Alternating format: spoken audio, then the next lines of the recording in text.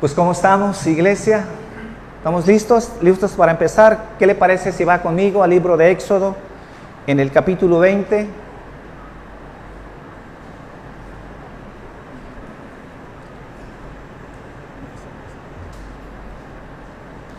Vamos a leer del versículo 1 al versículo 3. Y habló Dios todas estas palabras, diciendo: Yo soy Jehová tu Dios, que te saqué de tierra de Egipto, de casa de servidumbre. No tendrás dioses ajenos delante de mí.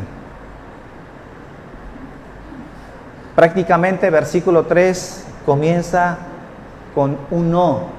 Y a lo largo de los 10 mandamientos encontraremos otros no. De no mentir, de no dar falso testimonio, de no codiciar a la mujer de tu prójimo, y vemos constantemente un no a través del decálogo. Y este no es muy importante entenderlo. ¿Cuántos saben que es muy normal tratar con nuestros hijos? Con cada uno de ellos, Dios me ha dado el privilegio de tener 3. Y obviamente en sus primeros años siempre estuvieron rodeados de un no. No, hijo. No, no y no.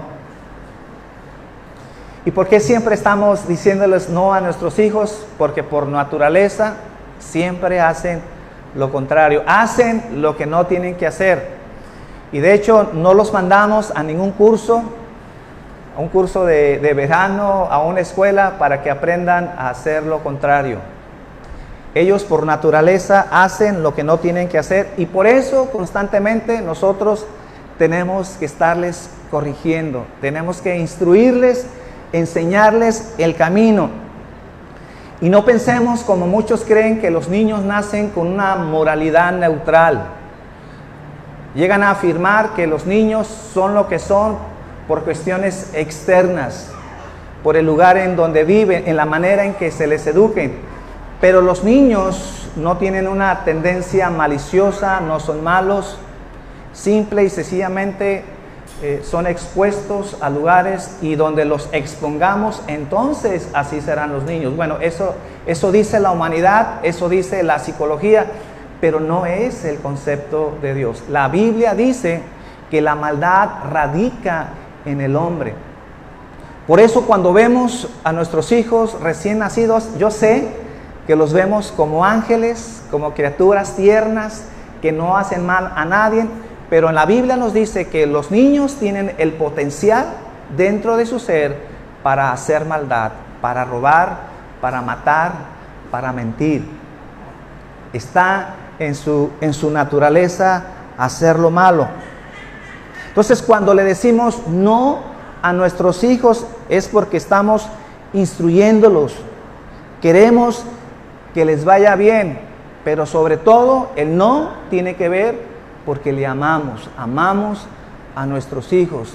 Si vemos que nuestros hijos, o en este caso, o a mi nieto, vemos que le está metiendo la mano al contacto, sabemos lo que va a pasar. Y a veces los niños no entienden hasta que no experimentan, ¿verdad? ¿Cuántos de nosotros no entendimos y nos dimos un toque por meterle el dedo donde no es? Y entendimos que ya no tenemos que ser así. Entendimos que ese no que nos decía mi mamá no era para enfadarnos o por hacernos la vida más difícil, sino porque quería el bien para nuestras vidas. Entonces, ¿por qué estoy diciendo todo esto? Porque muchos no ven a Dios cuando Dios nos dice que no. Muchos no lo ven bien. Lo ven como algo autoritario, como un tirano que prohíbe aquellas cosas que nos gusta o que más nos guste. Siempre está Dios ahí diciéndonos no, cuando son aquellas cosas que nos complacen, nos hacen sentir bien. Y siempre tenemos un Dios que está al contrario de aquellas cosas que nos hacen felices. Pero obviamente cuando la gente piensa así, tiene una imagen distorsionada de Dios. Y si tienen una imagen distorsionada de Dios, obviamente tienen una imagen distorsionada de su ley moral. Pablo tenía un concepto muy diferente en cuanto a la ley de Dios. Dice Romanos en el capítulo 7, versículo 12. Romanos 7, 12.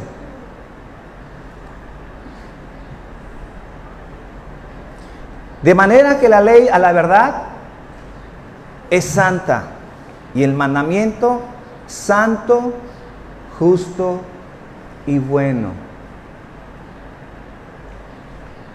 Para Pablo, la ley moral de Dios, sus mandamientos, tenían absoluta santidad, todos ellos justos. No existe ningún mandamiento dentro del decálogo que sea injusto. Ante los ojos de Pablo, dice que era bueno. Entonces, el deseo de Dios a través de estos mandamientos es hacer bien y nunca mal. ¿Por qué Dios pone sus mandamientos y por qué Dios comienza diciéndonos no? Porque tenemos que ver a través de estos mandamientos que desea nuestro bien y nunca el mal. Miren lo que Dios le ordenó a Moisés que le dijera al pueblo de Israel después de darles la ley. Una vez que les dio la ley, entonces le dijo a Moisés que le dijera esto al pueblo. Deuteronomios capítulo 5, versículo 32 al 33. Deuteronomios capítulo 5, versículo 32 y 33. Y le dijo Dios a Moisés: mirad pues que hagáis como Jehová vuestro Dios os ha mandado, no os apartéis a diestra ni a siniestra, andad en todo el camino que Jehová vuestro Dios os ha mandado, para que viváis y os vaya bien, y tengáis largos días en la tierra que habéis de poseer. Entonces, el deseo de Dios, cuando le dice a Moisés, dile al pueblo, cuando yo les he dado estos mandamientos, todo lo que ellos vieron, ese monte Sinaí que ardía, que salía humo, que se cimbraba, que había truenos, y que pudieron escuchar la voz de Dios. ¿Se acuerdan que estuvimos hablando que el decálogo es, ante los ojos de Dios, es una parte muy importante, porque no se lo dio a Moisés para que el pueblo simplemente lo pudiera recibir y lo pudiera aprender, sino Dios quiso que el pueblo de Israel pudiera escuchar la voz de Dios, rodeado de fenómenos, queriendo resaltar que para Dios era algo muy importante, tan importante que solamente el decálogo fue escrito en 2 tablas por el dedo de Dios. Tan importante era en el corazón de Dios que Dios quiso plasmar estos mandamientos, escribiéndolos Dios a través de su... Y si eso fuera poco, también aprendimos que estos mandamientos fueron puestos en el arca, ¿se acuerdan?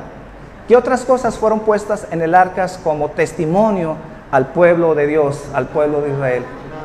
Perdón, el maná, una porción de maná, la vara que reverdeció, ¿y qué más por último? Y las 2 tablas. Todos los demás mandamientos, que son muchos a través del el Antiguo Testamento, todo el Pentateuco vamos a encontrar que son muchos ordenanzas, mandamientos, pero el decálogo tienen una parte, una mención especial dentro de las Escrituras. Dios quiso que entendiéramos que es algo especial, que fue escrito por el dedo de Dios.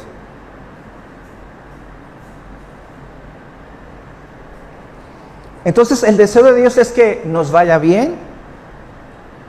Dios se alegra en hacernos bien. Y entonces, cuando proclama esto Moisés al pueblo, lo que Dios le había dicho es que quería que tuviéramos largura de vida.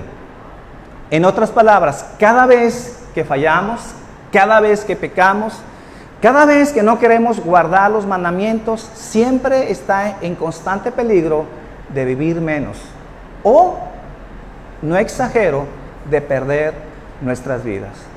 Cada vez que mentimos, cada vez que adulteramos, Cada vez que no obedecemos el primer mandamiento, como no tener dioses ajenos, le restamos vida a nuestro ser. Y aún con el peligro de que en un instante dejemos de vivir. Por eso Dios nos dice que guardemos nuestros mandamientos. Y no solamente lo hace por nuestros bien, sino también está pensando en nuestros hijos. Jeremías capítulo 32, versículo 39 y 40. Dios quiere que esta bendición de que nos vaya bien, de que tengamos largura de días, no solamente es para nosotros, sino que nuestros hijos tengan la misma bendición. Jeremías 32, 39. Y les daré un corazón y un camino para que me teman perpetuamente, para que tengan bien ellos y sus hijos después de ellos. Y haré con ellos pacto eterno, que no me volveré atrás de hacerles bien, y pondré mi temor en el corazón de ellos, para que no se aparten de mí. Dios deseando que tengamos bien nuestros hijos y sus hijos después de ellos. Dios desea la bendición. Y si hay algo, mis hermanos, que nos preocupa ahora como cristianos, ya deseamos la bendición de nuestros hijos. Queremos la bendición de nuestros nietos. Estamos preocupados en realidad, ¿por qué? Porque sabemos cómo es la vida. Si nuestros hijos no entienden que estamos de paso, que cuando menos pensemos no vamos a estar aquí, obviamente nos vamos a perder de toda una eternidad. Y qué triste es saber que nuestros hijos que no quieran entender, que no quieran acercarse a Dios, puedan fallecer y tener la plena seguridad de que no van a ir al cielo. Por eso enseñamos, por eso tenemos que instruir a nuestros hijos y decirles que cuando Dios pone sus mandamientos, no es porque quiere hacernos la vida pesada, sino que quiere ver bien en nuestras vidas. Entonces, ¿cuál es esa manera de hacernos bien? Dice, pone en nosotros un temor perpetuo en nuestras vidas, en nuestro corazón, para que nunca nos apartemos de Él. Entonces, fuera de la voluntad de Dios solo encontramos desgracia, miseria, y obviamente no nos va a ir bien. Amén.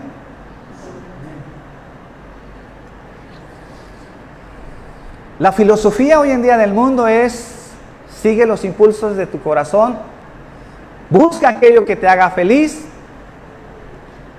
sé feliz y deja ser feliz a los demás.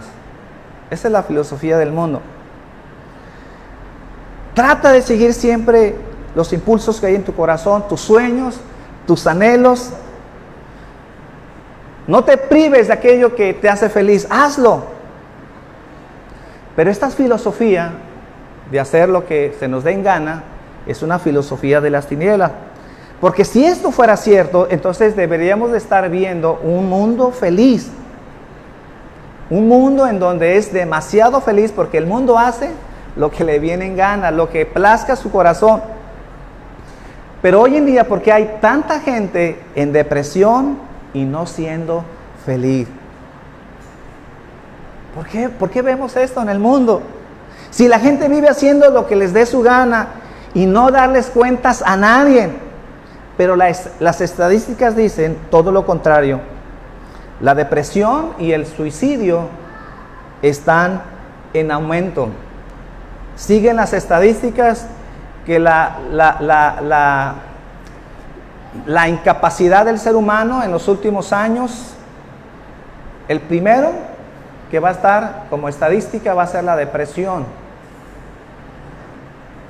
Y la depresión tiene que ver cuando la gente no está satisfecha, la gente no es feliz. Entonces, lo primero que debe de venir a nuestra mente cuando Dios nos dice no, es porque es una expresión de su amor. Dios procura el bien de sus criaturas y muy en especial de sus hijos.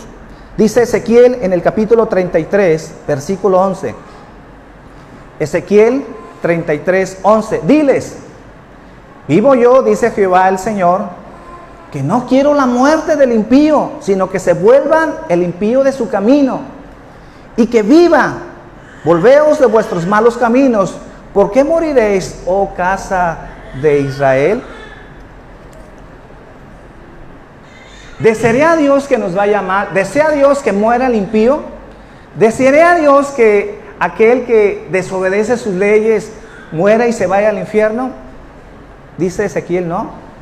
Vivo yo, dice Jehová el Señor, que no quiero la muerte del impío, sino que se vuelva el impío de su camino y pueda vivir. Y pueda vivir. Ahora, ¿cuál es la razón que está detrás de este mandamiento cuando nos dice, no tendrás dioses ajenos delante de mí? ¿Por qué no debemos tener otro Dios?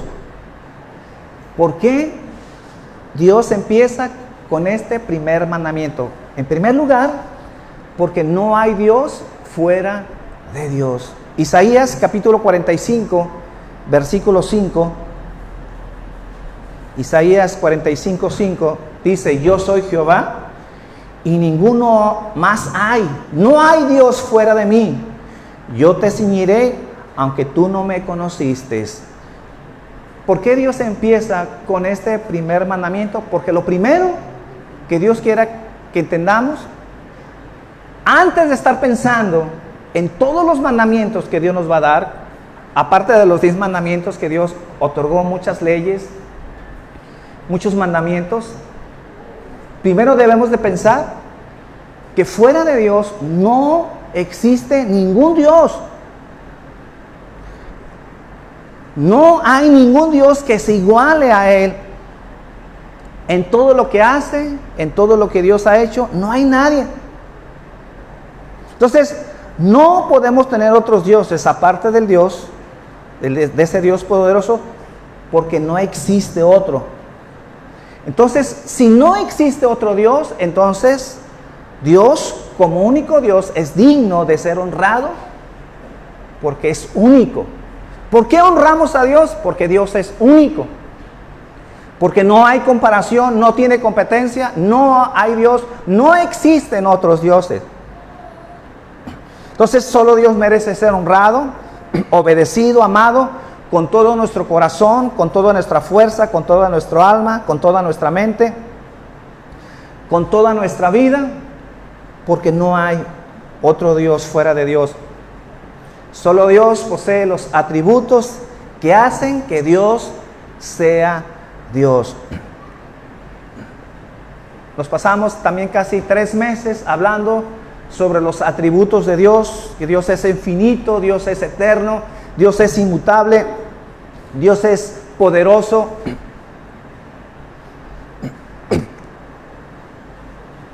Dios tiene santidad, Dios tiene bondad, Dios tiene justicia, Dios es verdad. Tantos atributos que tiene Dios.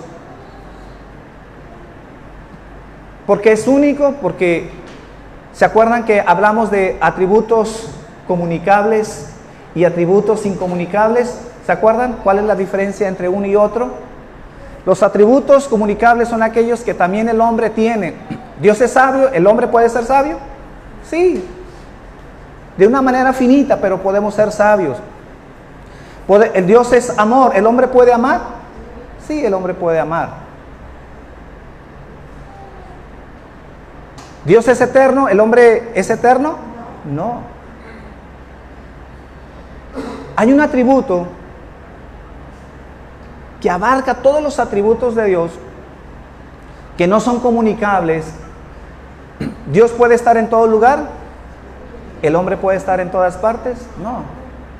Esos son atributos no comunicables que solo posee Dios. Los atributos comunicables son aquellos que el hombre puede poseer en cierto grado y que esos atributos tenemos que imitar de Dios.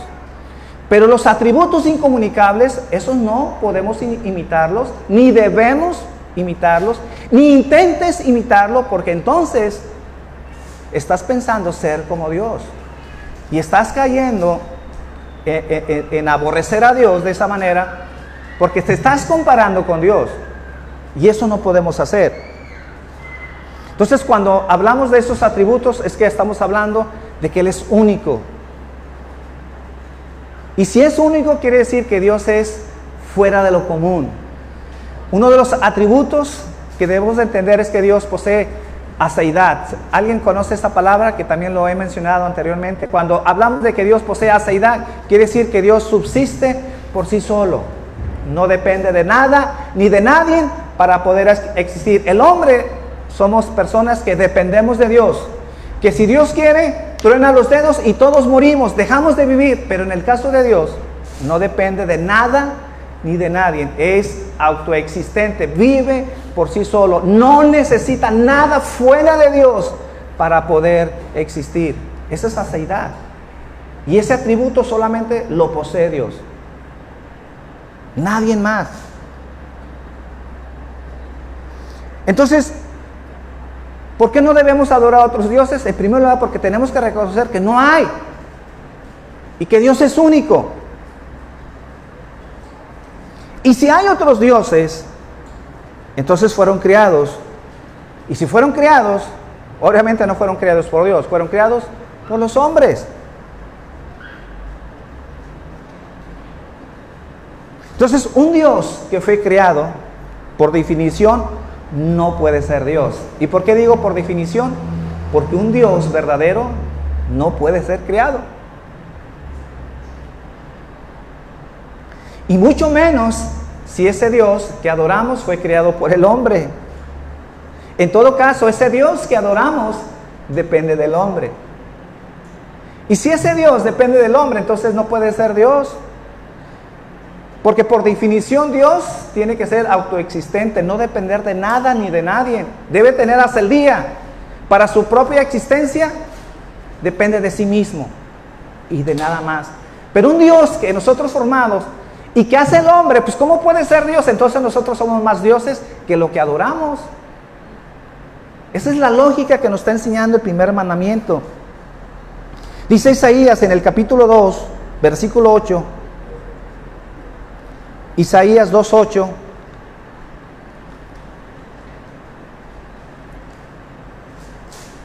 Además, su tierra está llena de ídolos y se han arrodillado ante la obra de sus manos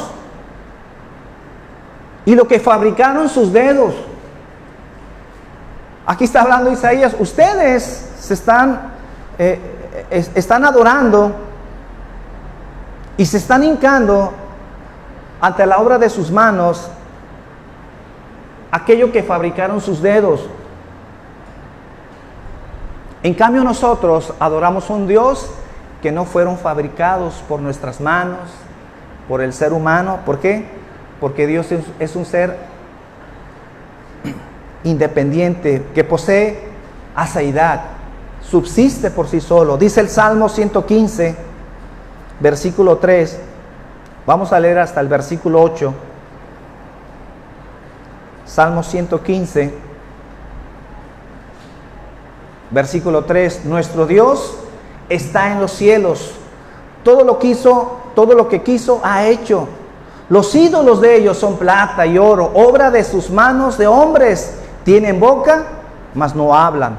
Tienen ojos, mas no ven. Orejas tienen, mas no oyen. Tienen narices, mas no huelen.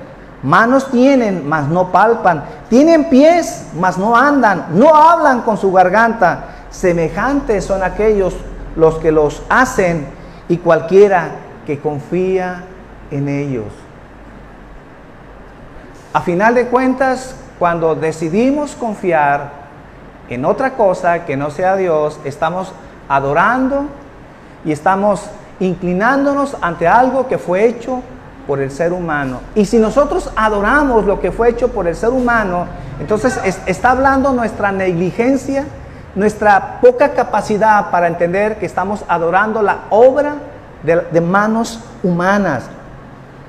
Te pregunto esta mañana, ¿en quién vas a confiar? ¿En el Dios que hizo los cielos y todas las cosas que hemos visto? ¿O en el Dios que fueron hechos por manos humanas? Así de fácil. ¿En quién vas a confiar? ¿En ese Dios que hizo el universo y todo lo que vemos? ¿O en esos dioses que llamamos dioses, pero que a final de cuentas fueron hechos por manos humanas? ¿En qué Dios vas a confiar para que pueda salvar tu vida? Isaías capítulo 43, versículo 10 al versículo 12. Isaías capítulo 43, empezando desde el versículo 10.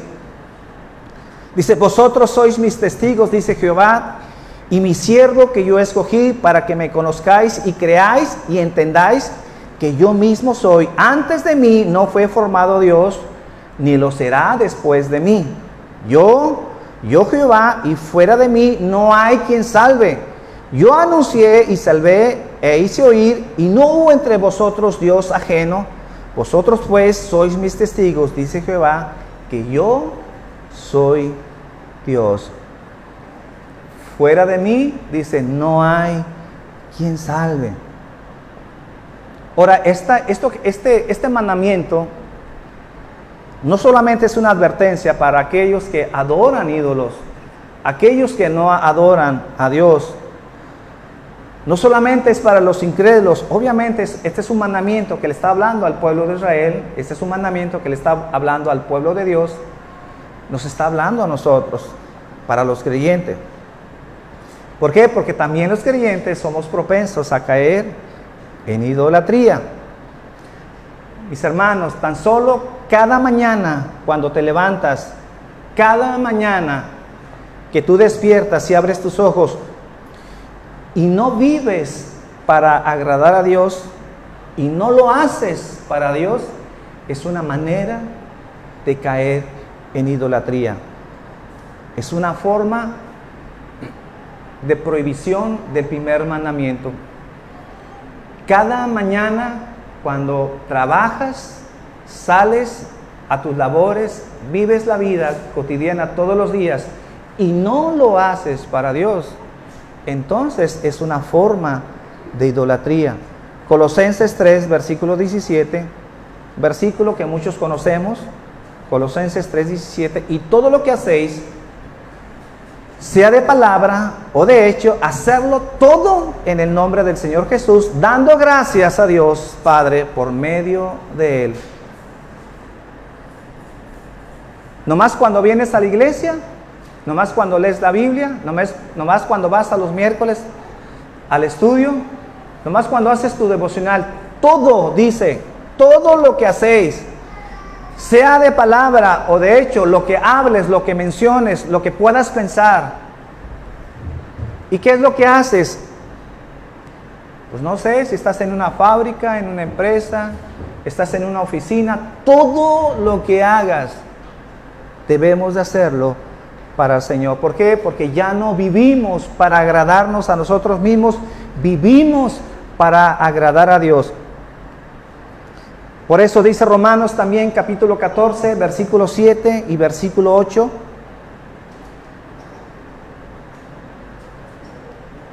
Romanos capítulo 14, versículo 7. Porque ninguno de vosotros vive para sí y ninguno muere para sí.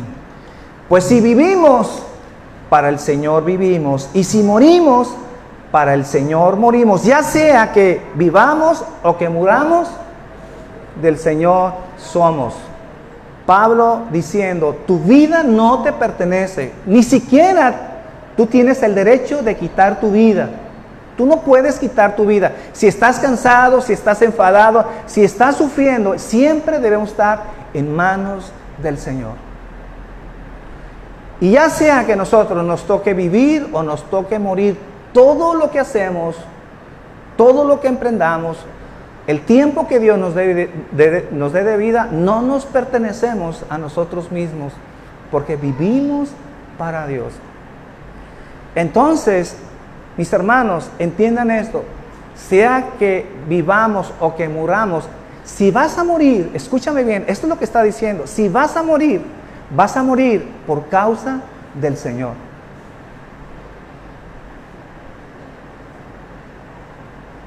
Tú puedes morir, entiendan esto que está diciendo, tú puedes morir Porque tú te metes a un Oxxo, robas, y entonces el cajero se puso más listo y te quita la vida.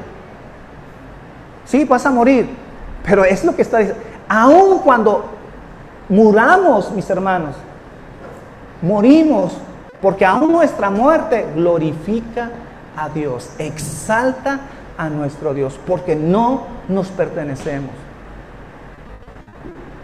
Por eso dice Pablo, ya sea que vivamos o que muramos, somos de Él.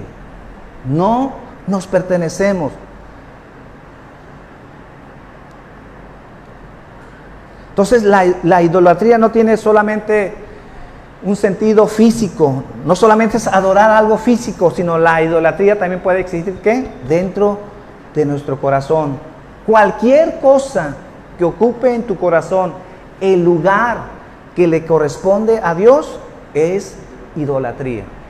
Repito, cualquier lugar que ocupe en tu corazón el lugar de Dios, que a Dios le corresponde, se convierte en idolatría.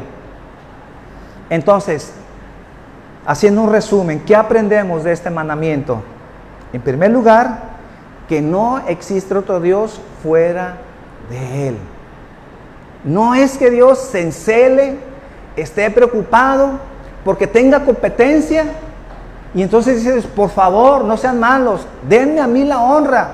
Yo sé que hay otros dioses y pueden irse. No, cuando Dios nos dice que no adoremos a otros dioses, es que está hablando con verdad. Y nos está diciendo que no perdamos el tiempo en algo que no va a ser fructífero en nuestras vidas, porque estamos adorando algo que no existe. Como leímos ese versículo, tienen ojos, mas no ven, tienen manos, mas no palpan, tienen pies, mas no caminan. Antes tienen que ser llevados. ¿Y por qué tienen que ser llevados? Porque no tienen vida. Ayer escuchaba, no sé si a Charlie, de alguien que adora a la Santa Muerte. No sé si tú lo mencionaste, Charlie, ¿no? ¿Quién? Ah, Noé. Sí, cierto, Noé estuvo con nosotros. Antier estuvo con nosotros. Le tocó comer con nosotros a Noé. Sí, estuvimos con Noé. Antier, sí, yo pensé que había sido ayer. ¿Qué es la muerte?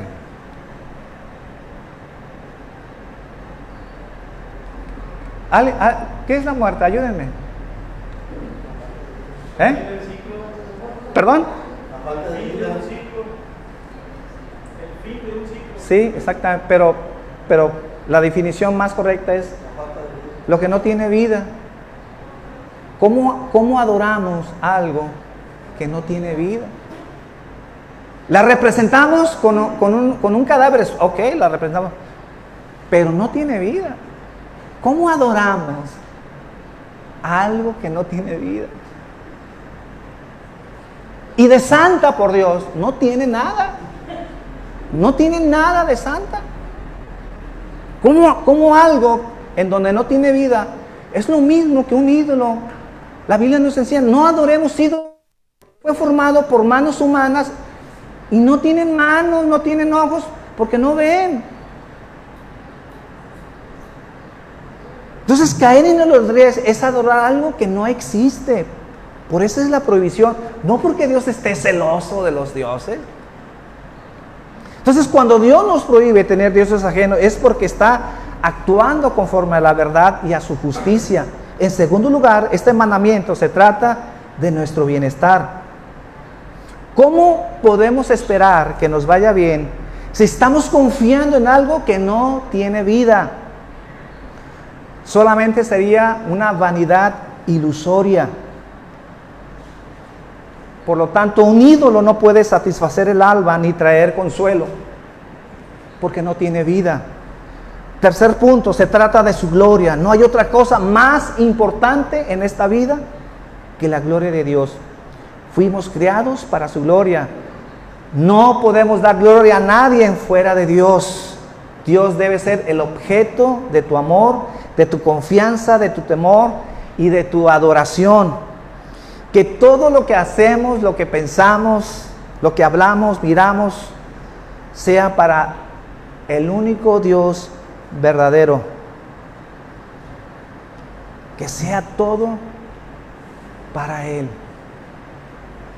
Próximo domingo estaremos hablando una segunda parte de este primer mandamiento, mucho que aprender.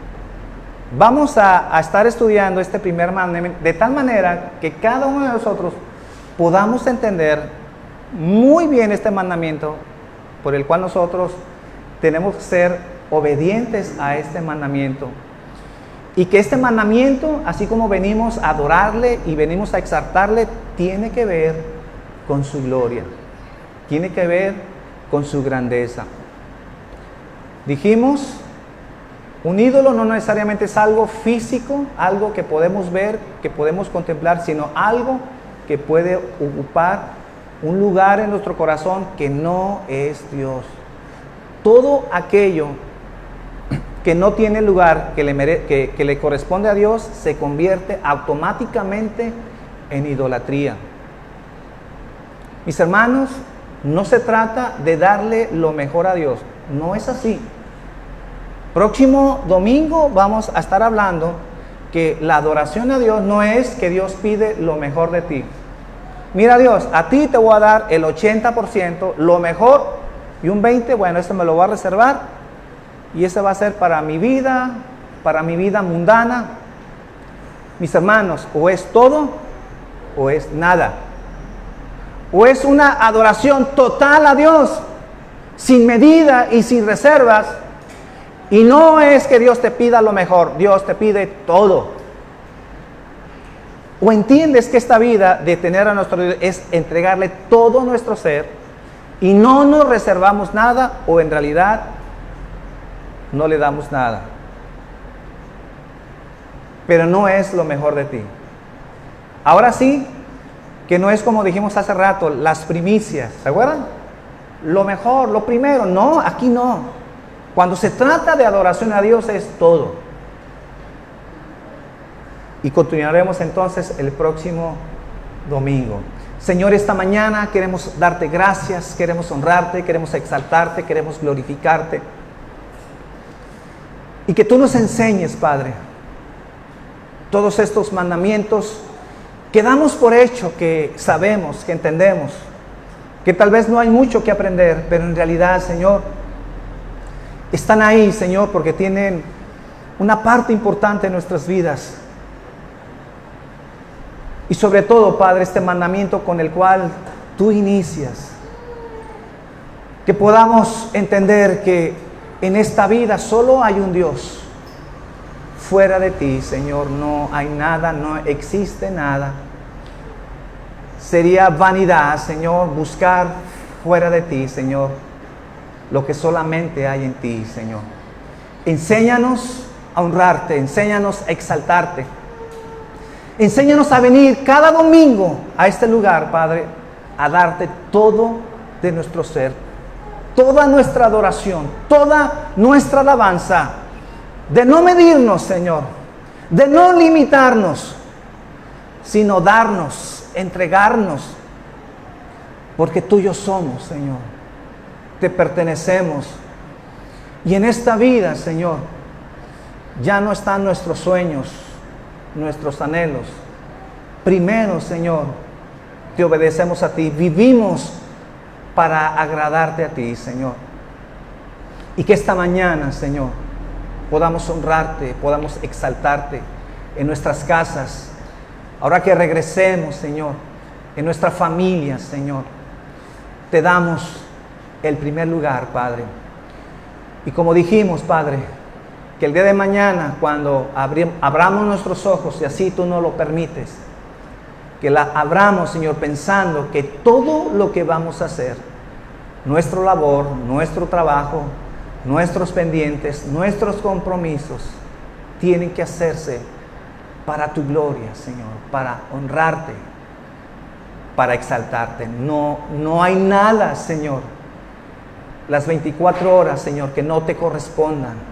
No hay ni un minuto, Señor, que no debamos hacerlo para ti, Señor. Perdónanos si despertamos ni siquiera pensando en ti. Perdónanos, Señor, si solamente nos disponemos a cambiar, Señor, de máscaras, a practicar tal vez lo que sí somos, Señor. Que a veces venimos, Señor, a fingir, Señor, una piedad, Señor, pero que no es verdadera. Enséñanos, Señor, enséñanos a serte fieles todos los días de nuestras vidas. En el nombre de Jesús. Amén y amén.